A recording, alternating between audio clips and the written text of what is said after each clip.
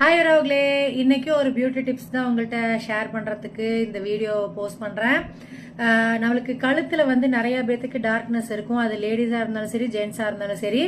சின்ன வயசு பிள்ளைங்க வந்து பியூபரிட்டி அட்டன் பண்ணாங்கன்னா அவங்களுக்கு வந்து கழுத்துலயும் டார்க்னஸ் இருக்கும், மூக்கு மேலேயும் டார்க்னஸ் இருக்கும், வாயை சுத்தியும் டார்க்னஸ் இருக்கும். அது வந்து ஹார்மோனல் சேஞ்சஸ்னால டெலிவரி ஆச்சு அப்படின்னா அந்த ஹார்மோனல் சேஞ்சஸ்னால அப்போ நம்மளுக்கு ஹார்மோனல் சேஞ்சஸ் நடக்கும். அதுலயும் சில பேத்துக்கு கழுத்து வந்து டார்க் ஆயிரும். அப்புறம் மெனோபாஸ் ஸ்டேஜ்ல ஒரு சிலருக்கு அந்த மாதிரி கழுத்து டார்க் ஆகும். சில பேத்துக்கு வந்து சுகர் இருந்துச்சு அப்படின்னாலும், சுகர் கண்ட்ரோல் இல்லாம இருக்கு அப்படின்னாலும் கழுத்துல டார்க்னஸ் இருக்கும்.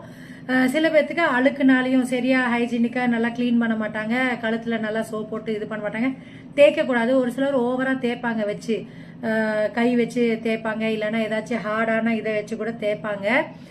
லூஃபா வச்சு தேய்ச்சா பரவாயில்ல, அது சாஃப்டா இருக்கும். நார் வச்செல்லாம் தேய்ப்பாங்க, அப்படிலாம் தேய்க்க கூடாது. அதுக்கு பதிலாக